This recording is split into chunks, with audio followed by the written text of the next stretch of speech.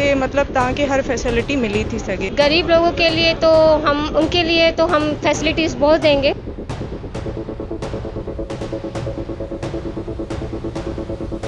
Arshia trauma and general अस्पताल कासमाबाद हैदराबाद जी इफ्तिताह जे मौक़े ते हिक ॾींहं जी मुफ़्त मेडिकल कैंप क़ाइमु कई वई।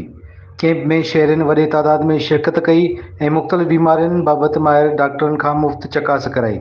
मरीज़नि खे मुफ़्त दवाऊं पिणु ॾिनियूं वयूं। अॼु कोई ॾींहुं जेको इन्हनि हिते इफ़्तिताह कयो आहे, इनॉग्रेशन कई आहे, इहो सोच रखे हिन हवाले सां कई आहे त हिते जेका बि असांजी कम्यूनिटी में पुअर पेशेंट्स आहिनि, अॼोके ॾींहं ते अची असां खां फ्री मुआइनो कराइनि ऐं असां उन्हनि खे इलाजु ॿुधायूं त उन्हनि जो इलाजु छा थियणु खपे। हिते इन्हनि इलाही सारी स्पेशलिटी जा डॉक्टर्स हायर कया आहिनि, जंहिंमें मां एज़ अ डेंटिस्ट आहियां हिते, हुन खां अलावा गाइनोकोलॉजिस्ट आहिनि, कार्डियोलॉजिस्ट आहिनि, न्यूरोसर्जन आहिनि, प्लास्टिक सर्जन्स आहिनि, हुन खां अलावा फिजियोथेरापिस्ट आहिनि, ऑर्थोपेडिक सर्जन आहिनि। आयशा ट्रामा मेडिकल सेंटर है जो अभी इसकी ग्रैंड ओपनिंग सेरेमनी हुई है। गरीब लोगों के लिए तो उनके लिए तो हम फैसिलिटीज़ बहुत देंगे, ठीक है। जैसे कि अगर फ़ीस ज़्यादा होंगी, अफोर्ड नहीं कर सकते, तो हम उनके लिए थोड़ा कम कर सकते हैं, ये कर सकते हैं उनके लिए। और मैं एक फिजियोथेरेपिस्ट हूँ, तो अगर कोई अफोर्ड नहीं कर सकता है, पेशेंट कुछ भी हो सकता है, तो मैं उसको घर के लिए बताती हूँ कि भाई आप लोग ये फिजियो करें अपने घर के लिए।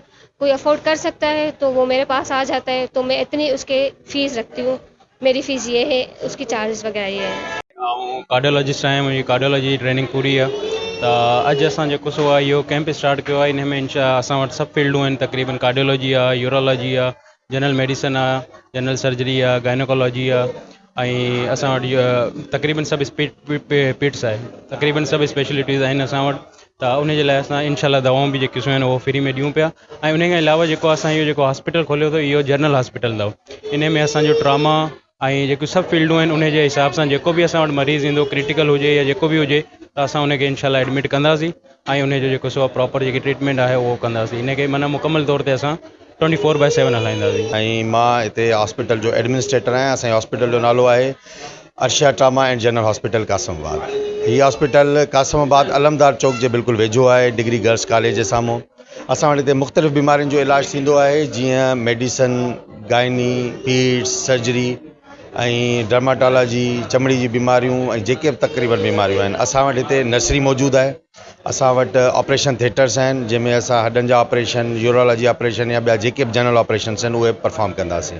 अस्पताल जी इंतज़ामिया चयो त फ्री मेडिकल कैंप जो मक़सदु आवाम खे मुफ़्त तिबी सहूलियतूं मुहैया करणु आहे ऐं सिहत जे शोर खे वधाइणु आहे।